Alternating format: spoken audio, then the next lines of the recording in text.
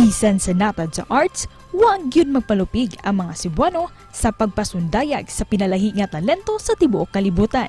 Ang mga Cebuano Art Gallery Directors nga sila si Pia Mercado ug si Maris Holopainen midaog sa Best Art Gallery Award sa Fira International de Arte de Barcelona nga gipaygayon sa Barcelona, Spain ni adtong Nobyembre 4 hangtod sa 5 ning tuiga.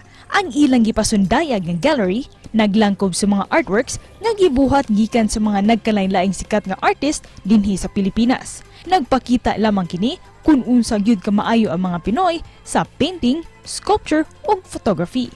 Karong buntaga, mandasig kita sa ilang istorya sa kalampusan dinilang sa GMA Regional TV Live. Laing dungog na usab ang gipaambit sa duha ka Cebuano Art Gallery Directors human makadaog sa usa ka prestihiyosong art gallery contest sa Spain. Karong buntaga, atong makauban sila si Maris Holopainen ug Pia Mercado. Good morning, Ma'am Pia and Ma'am Maris, and welcome sa GMA Regional TV Live. Good morning. Good morning. Thank you for having us. First of all, congratulations for winning the Best Art Gallery Award sa Fira International de Art Barcelona. How do you feel about it and nisingkin na ba ninyo ang kadaugan? Yes, we're so happy about it. Of course, we didn't expect it to happen. But yeah, we're so happy and so proud na kami ang na-winner for Best Art Gallery. Ma'am Maris, can you tell us about the competition and who are qualified to join? Okay, so this competition is annually held. So this is the 7th iteration of this fair in particular.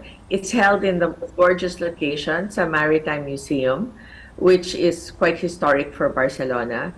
And for this year, there were 120 galleries who joined, representing 35 different countries. So who are able to join? Basically people who are interested in the art fair, like most galleries always join art fairs, and we applied for this art fair, and they have and the presentation we provided to them fit the aesthetic that they wanted. Ma'am Pia, why do you think nga ang inyuhang gallery mo'y napili sa mga judges nga makadaog? Because the art that we showcase, the people who went to the fair, they were able to they have about the artists.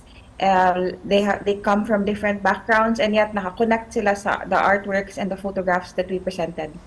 Ma'am Maris, unsa ug kang kinsa nga mga artworks ang inyong gipang feature sa inyong gallery during the competition? Okay, so we brought 5 different artists from across the Philippines. All of these artists have shown in Qube Gallery. So we have Giovanni Abing, who is one of the more senior collagists in the Philippines. He's quite well known, especially for his recent victory in the Don Paparam competition. So he's a master collagist. We brought Tom Hobson, who's from Cebu but based in Leyte, who does this very spectacular kind of paintings, like very detailed paintings. Then we brought another sculpture painter by Anonymous, who's based in Manila. Then we also brought 2 photographers. One is Dwight Lu, who does darkroom photography. So he's really a purist. He does gelatin print and dark photography. And the other one, the other artist, a photographer we bought is the very famous Archie Jartina, who does his series of women, Filipino women wearing Philippine terno and Philippine attire, surfboarding in Siargao. So you can imagine the impact of those kind of photos are quite high for people to watch, especially in Barcelona, because they also have a very strong surfing culture. Ma'am Pia and Ma'am Maris, we would like to know why nagtukod mo og art gallery sa Cebu. I can ngano, di na ginamo ma-remember ngano exactly, but just to give you a little bit of a history, the art gallery Qube Gallery has been around for about 12 years now, so it's really been around. We've always been joining art fairs. Sa mga wala pa naka-visit, unsa kay pwede nilang ma-experience kung moadto sila sa inyong gallery? We do all kinds of arts, mostly visual arts, of course. We have a big event called Visayas Art Fair. And It's the second time they're doing it, and Qube has the entrance space, so we're ready for that. So we have quite exciting artists, which we're so looking forward to showing Cebu and the rest of the Visayas Art Fair goers.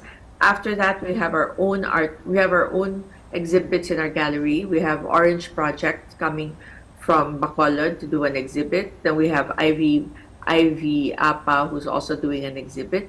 Then after Visayas Art Fair, little time to rest. Then we have 3 or 4 art fairs in Manila and a few international art fairs in the end of the year. Ma'am Pia, why do you think that arts should be maximized in the country? Okay. Well, I think art is an expression. If it's our way to express ourselves, and it also reflects our current society and culture. So it's important for us to maximize it in the country. Ug isip pa na po, unsay mensahe ninyo sa atong mga viewers this morning? Okay. So para sa mga viewers, like for me, ayaw ka intimidate when we talk about art. None of us is an expert. We're all still learning. There's a lot to learn. There's so many artists in the Philippines. You just have to start by visiting museums in Manila, art museums, galleries, and of course art fairs. You can talk to the artists, visit their studios. So don't get intimidated. And there's also art pieces for everyone. It's not just for the collectors. You can appreciate art and learn about it, and there's so much to see and so much to learn. And actually, Orchids, the gallery, we really welcome people to come have a look. We have a lot of our traffic is young people who don't intend to buy, but just like enjoy the atmosphere of a gallery, so they're always welcome. Daghang salamat, Maris Holopainen and Pia Mercado.